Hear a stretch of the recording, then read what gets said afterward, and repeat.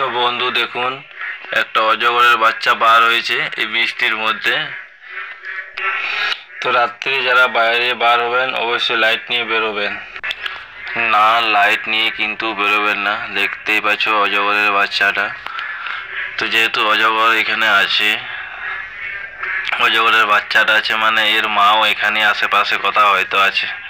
যদি এখন চলে আসে তো আমার তো ঠের নেই, কোন দিকে পালাবো আমি বুঝতেও পারছি না। তো যাই হোক, এখন ওর মাটা নাই, অজগর বাচ্চাটা একাই আছে। তো ভিডিওটা ভালো লাগে থাকলে অবশ্যই লাইক কমেন্ট শেয়ার করবে। আর একে রাস্তায় যেতে দিই, আমি আমার রাস্তায় চলে যাই। তো বলবো রাত্রে যদি বার হন বিনা লাইট নিয়ে কখনোই বার হবেন না।